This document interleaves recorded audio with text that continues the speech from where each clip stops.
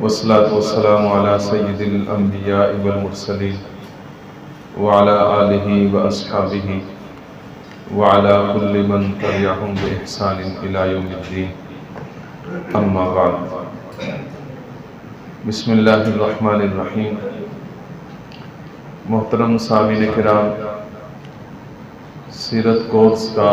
پہلا حصہ عادت عبادت کیسے بنتی ہے، اس کا آج ہم سبق نمبر 30 پڑھ رہے ہیں، جو ہمارا اس کورس کا آخری سبق ہے۔ سب سے پہلے تو دعا ہے اللہ تعالی ہماری یہ کاوش، ہماری یہ محنت اپنے دربار میں قبول فرمائے اور ہم سب کی آخرت میں نجات کا بہترین ذریعہ بنائے۔ جو احباب اس میں شوق ذوق سے شریک ہوتے رہے ہیں، اللہ تعالیٰ ان کی زندگیوں کو اور ہم سب کی زندگیوں کو رسول اکرم صلی اللہ علیہ وسلم کی سنت کے مطابق بنانے کی توفیق عطا فرمائے۔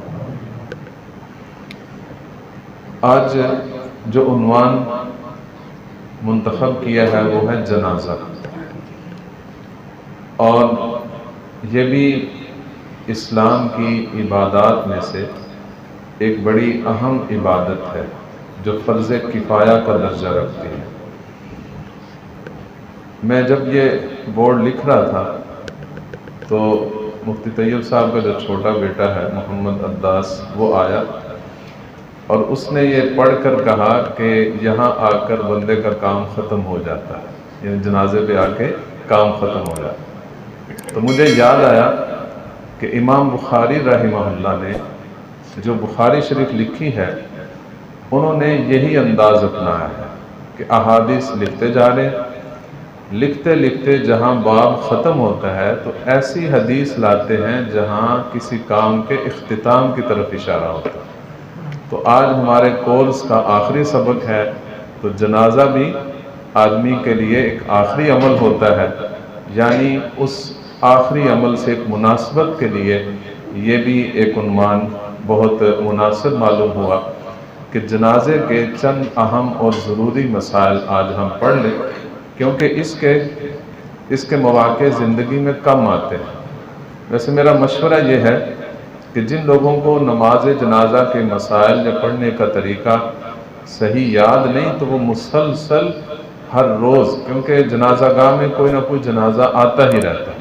تو وہ مسلسل اگر ہر روز جنازہ پڑھتے رہیں تو ایک ہفتے تک پڑھنے سے ان کا جنازہ پکا ہو جائے گا۔ تو انشاءاللہ اس سے آدمی کا یہ جو عمل ہے پھر اسے بار بار یاد نہیں کرنا پڑے گا کہ جنازہ کیسے پڑھنا ہے، اس کے کیا مسائل ہیں، ساتھ ساتھ سیکھتا رہے، ساتھ ساتھ عمل کرتا رہے، اور اس کا اجر و ثواب بہت زیادہ ہے۔ نبی اکرم صلی اللہ علیہ وسلم کے ایک فرمان کا مفہوم ہے کہ جنازہ جو آدمی پڑھتا ہے اس کو ایک قرات کے برابر ثواب ملتا ہے، اور جو میت کو دفنانے تک ساتھ رہتا ہے، دفنا کے واپس آتا ہے تو اسے 2 قرات کے برابر ثواب ملتا ہے۔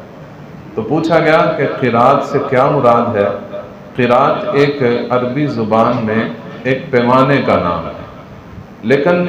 حدیث پاک میں جو قرات مراد ہے وہ خود بیان فرمایا گیا کہ اس سے مراد احد پہاڑ ہے،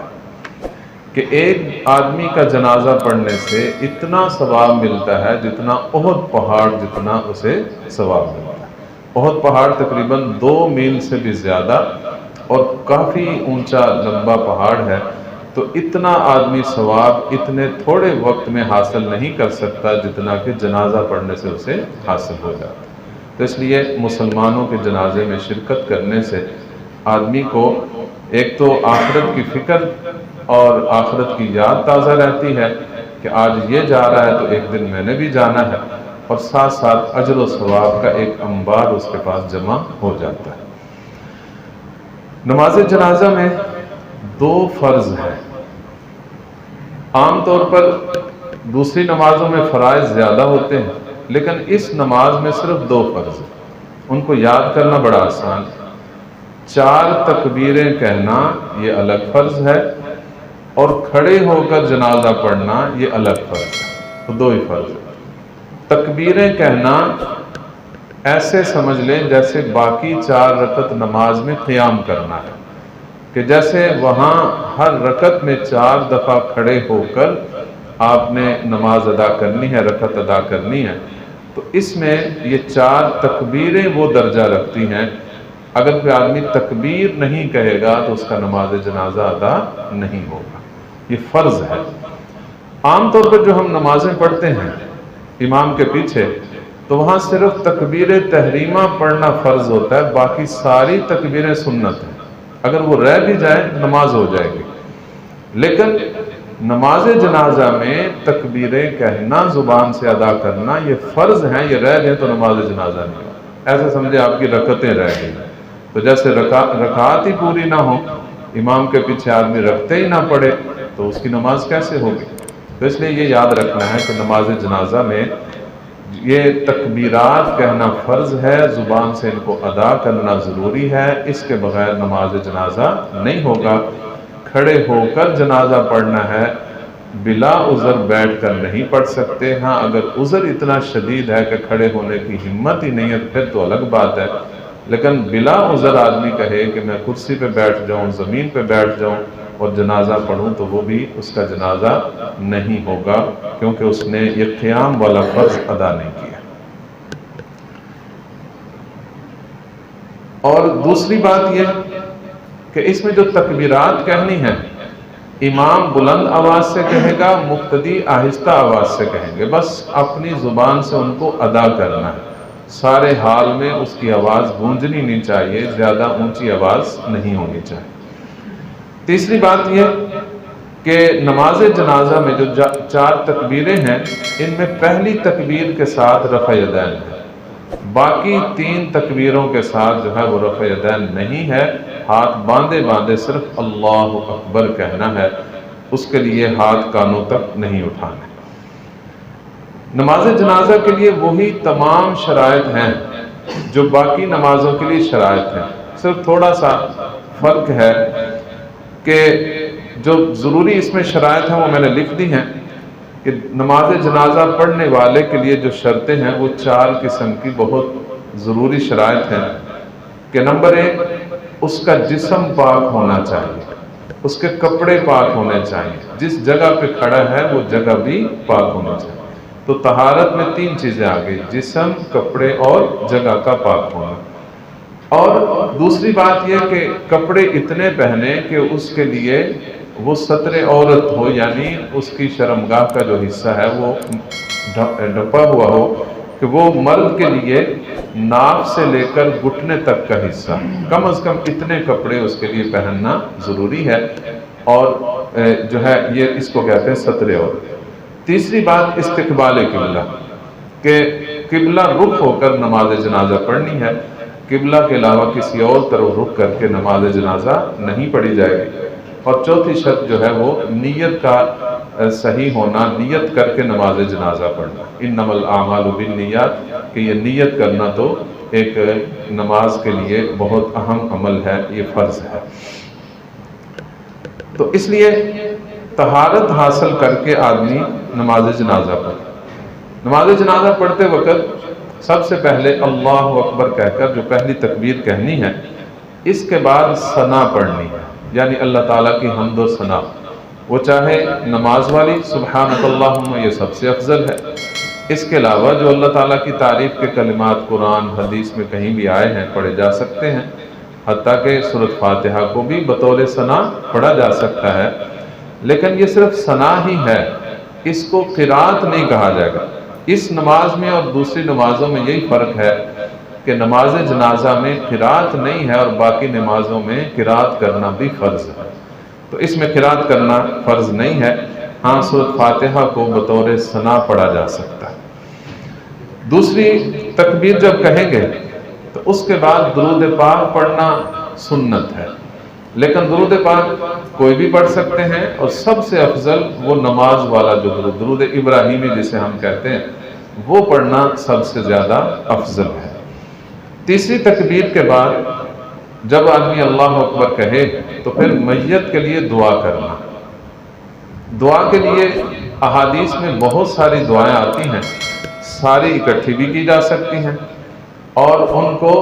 سب کو اکٹھا بھی پڑھا جا سکتا ہے، اور ان میں سے اگر کوئی ایک دعا پڑھ لی جائے پھر بھی نماز جنازہ درست ہے۔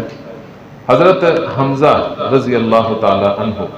جو نبی اکرم صلی اللہ علیہ وسلم کے چچا بھی تھے اور رضائی بھائی بھی لگتے تھے، جب وہ شہید ہوئے تو ان کے جسم کے ٹکڑے ٹکڑے کر دیے، اور رسول اکرم صلی اللہ علیہ وسلم نے ان کی جو میت ہے وہ سامنے رکھی،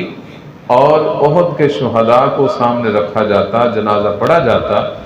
تو حضرت حمزہ رضی اللہ عنہ کا جنازہ نہیں اٹھایا جاتا تھا، دوسرے شہید کی میت کو لایا جاتا، وہ رکھا جاتا۔ اس طرح آپ نے 70 صحابہ اکرام پر جنازہ پڑھا، اور ان سارے جنازوں میں حضرت حمزہ رضی اللہ عنہ کی جو میت تھی وہ آپ کے سامنے سے اٹھائی نہیں تھی۔ تو معلوم ہوا کہ ایک ہی جنازے میں کئی دعائیں بھی پڑھی جا سکتی ہیں، اور ایک جنازے پر ساری دعاؤں کو اکٹھا بھی کیا جا سکتا ہے،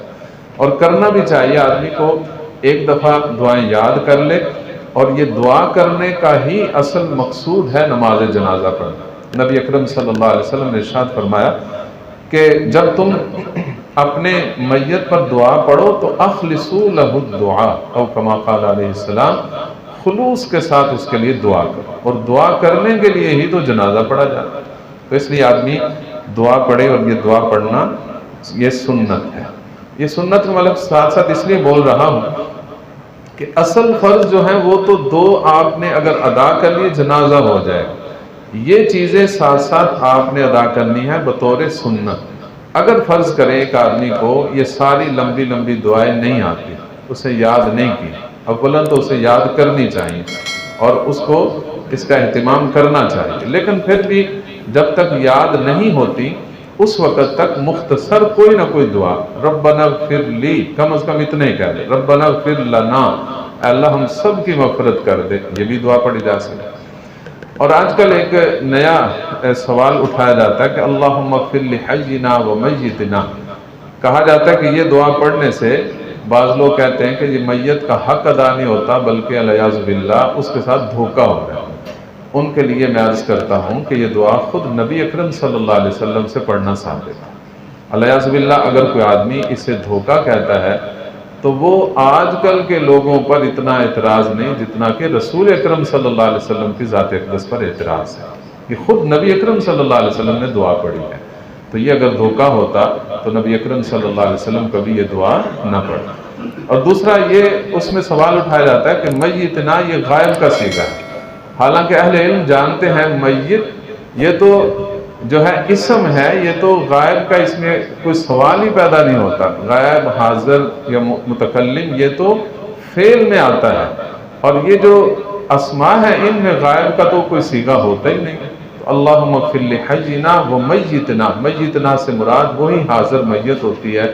اور آگے چل کر لفظ آ رہا ہے وشاہدنا و غائبنا، کہ جو ہم میں سے یہاں حاضر ہیں تو وہ وہاں میت بھی وہاں حاضر ہے، اس کے لیے بھی دعا ہو رہی ہے۔ تو اس لیے یہ سوال بنتا ہی نہیں ہے، یہ اعتراض بنتا نہیں۔ جو دعا نبی اکرم صلی اللہ علیہ وسلم سے ثابت ہو اس پر ہم اعتراض کریں گے تو علیاذ باللہ یہ حضور اقدس صلی اللہ علیہ وسلم پر اعتراض ہوگا۔ تو چوتھی تکبیر کے بعد پھر سلام پھیرنا ہے، دونوں طرف سلام پھیرنا یہ واجب ہے، لیکن سلام پھیرنے کے بعد کوئی دعا کرنا ثابت ہے۔ دعا بس نماز جنازہ کے اندر ہے، باہر نہیں۔ ہاں جو بعد میں دعا کرنی ہے وہ قبر پہ کھڑے ہو کر دعا کرنی ہے، وہ نبی اکرم صلی اللہ علیہ وسلم سے ثابت ہے۔ تو جتنا بھی جنازہ ہے یہ سارے اذکار آہستہ پڑھے جائیں گے، چاہے اس میں ثنا ہو، درود پاک ہو، دعا ہو، کوئی بھی ذکر اونچی آواز سے پڑھنا یہ مکروہ ہے، نبی اکرم صلی اللہ علیہ وسلم کی سنت سے ثابت نہیں ہے۔ اور جنازہ پڑھنے میں اس بات کا اطمینان کر لینا چاہیے کہ کسی مشرک اور کافر کا جنازہ پڑھنا جائز ہے۔ قرآن پاک میں صاف ارشاد ہے لا تصلی علی احد منہم، کہ ان میں سے، ان کافروں میں سے، منافقوں میں سے جو مر جائے، اے پیارے نبی آپ کو ان کے لیے نماز جنازہ پڑھنے کی اجازت نہیں ہے۔ تو اس لیے